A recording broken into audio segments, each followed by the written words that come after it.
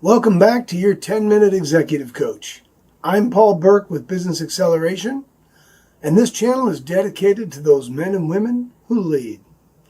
Whether you lead a small team or a global enterprise, this channel's goal is to provide you with some insights, maybe some tools, that you can help yourself lead well. We're at episode 11 and in a series of managing direct reports. And today we're going to be a little more introspective and take a look at ourselves. An exercise I like to initiate when I start working with new clients, and that is rigorous self-awareness. Taking that time to understand as leaders, we have an outsized influence on those people around us, especially those we directly lead, but even a broader case. And it's really important for us to start out and understand who we are and how we lead. There's some things that we assume about ourselves that may be correct or may not be correct. And there are things that people may see in us that we do not hear or see. So the first step in what I like to call self-awareness is our assessments. There's some wonderful tools out there that have been out there for many years. I'm a big fan of the Myers-Briggs. I'm an ESTP. Very helpful in laying out who I am and how I deal with others and how I impact others. But there are other assessments. There's Kobe, DISC, Insights has a wonderful tool. So people have used Strength Finders. I use Six Working Genius with teams, usually not as a self-assessment. It helps understand how I work or where I like to work. But when it comes to personality assessments, I'm a big fan of the Myers-Briggs and leveraging that as a tool. And you may have taken these. Hey, I've done this. Let's pull it out of the closet or pull it off your computer and take a look at it again. Or go find an assessment and take one, but look at it and see, understand how your personality influences others. These assessments give us some great tools if we're willing to spend some time and learn from those tools that they provide after you take an assessment. But that's not all.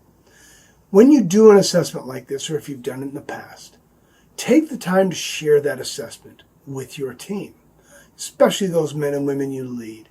Show them, hey, this is what, my Myers-Briggs, I'm an ESTP, and here's some things it says that I can be a little less fun to work with because of these traits. Here's where my strengths are. Here's how I do. Understand that. Now, this is also an opportunity maybe for a team exercise. If you lead a small team, 5, 7, maybe 9 individuals, what it may be, let's all take this same assessment. Spend some time learning about each person and how they influence up and down on that team. But this is about ourselves, but can be also very helpful amongst our team. It's so important to share this. And then the third step when you're doing an assessment, you take the assessment, you learn from it, and share it. Also take steps. Give people permission on your team to say, hey, call me out when I do that behavior. Now, I am a rush to finish, I'm done kind of a guy. The ESTP, if you look at that, it shows that trait coming out. One of the things I've been known to do is when I'm done with a phone conversation, I hang up. I've always done that. It's people on the other end, I didn't realize that, thought I was being rude or I was pissed at them. And I had a general manager at a company I ran and owned that we were talking about problems and solving issues in the field. I'd be out or in, and I would, okay, we're done. Good conversation, a little dead air, click, I hang up. Poor Charlotte would walk back, look at everyone and say, is Paul pissed at me? What did I do? He just hung up on me. I wasn't. She's fantastic. She's one of my best friends. But that is a trait that I had that impacted the people around me. And until we addressed it, until we understood that, oh yeah, I do that a lot. Okay, it's not to be offensive. It's not. I had to take some steps. Don't just hang up when there's dead air. Make sure you clarify. Okay, I'm going to head out. See you later. And Charlotte had to learn, he isn't offending me. If he does hang up, it's not being offensive. We work together. We work together great at that company, and we're still best friends. Take that exercise.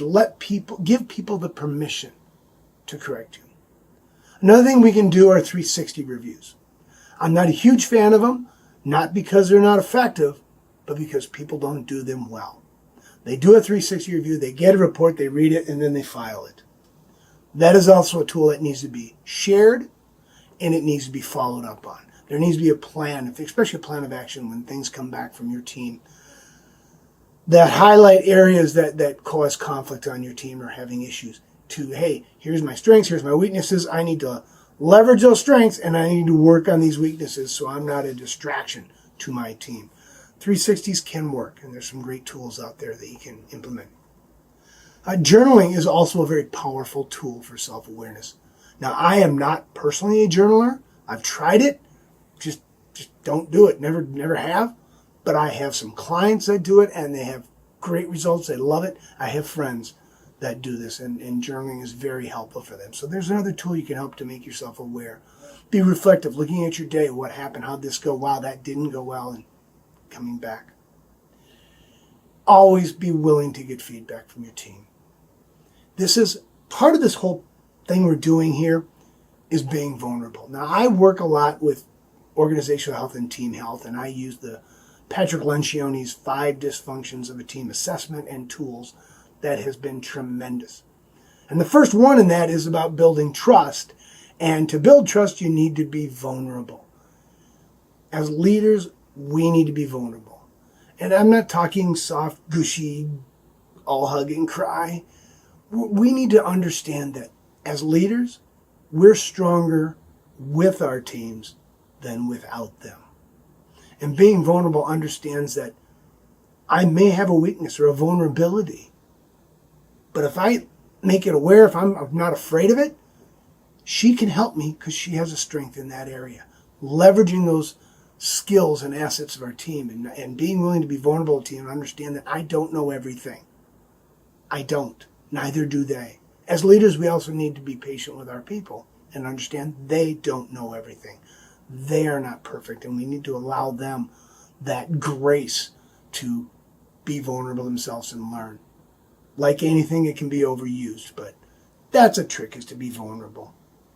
The next important aspect of rigorous self-awareness is to get a mentor. Get a mentor, be a mentor. But let's start with getting a mentor. We need to find someone who we trust, who has the permission to call us out when we're being goofy or confused, or if we're lost or we're really just struggling, someone we can call out. Not just a shoulder to cry on, not someone to bitch to, but someone who will offer us constructive feedback, positive or negative. Will tell us something we don't want to hear or something we should hear, or pat us on the back when we're doing well. Mentors are critical as leaders. I don't recommend having a mentor that's within your organization, especially within your line, if it's someone you report to or someone you reports to you or may report to you or whatever in the future, but someone who understands enough about your business to be dangerous, but can look at you. I think it's a benefit to have someone who doesn't truly understand everything in your business, because they'll ask questions you would think are obvious, but we need to ask and answer. And that's very helpful. Now, the next step here is to be a mentor. Find others to mentor, to guide. There's an old adage, if you really want to learn something, teach it. And when we work with others and mentor others, it's amazing how much we learn helping them grow. Those obvious things that we already know instinctively, and we're teaching it to somebody else, it gets put into our heads. I'll be honest, as a consultant, the dirty secret is I learn more than I teach my clients. Every time I work with a team, or I'm an executive coach with a one-on-one, I am learning. I'm gathering such great data to be a better leader in my world. And that's the last tool you can use here, and that's getting a professional executive coach. Now, I do that with several people, but you can pay folks like me, or, again, I'm working with a team. I understand an organization, and I'll do one-on-one coaching with executives on that team, which is, for them, a neutral party, doesn't have a stake in the business. I can be a blunt force instrument, and I can be a great pat on the back. So me or anybody, there's a lot of executive coaches out there in the world that can help you out. Rigorous self-awareness. Let's just summarize kind of what we're talking about today. As leaders, we have an undue influence on the people we lead and don't lead, the people within our life.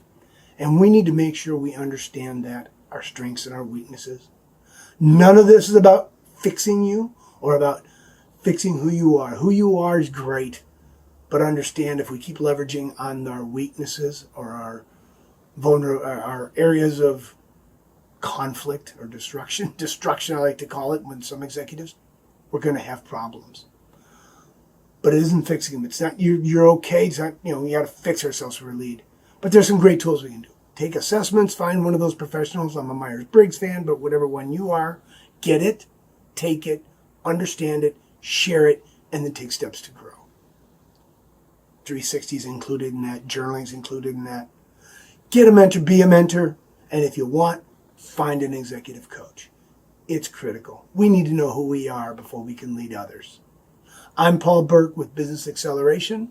This has been another episode of your 10-minute executive coach. And please, as you go forward, lead well.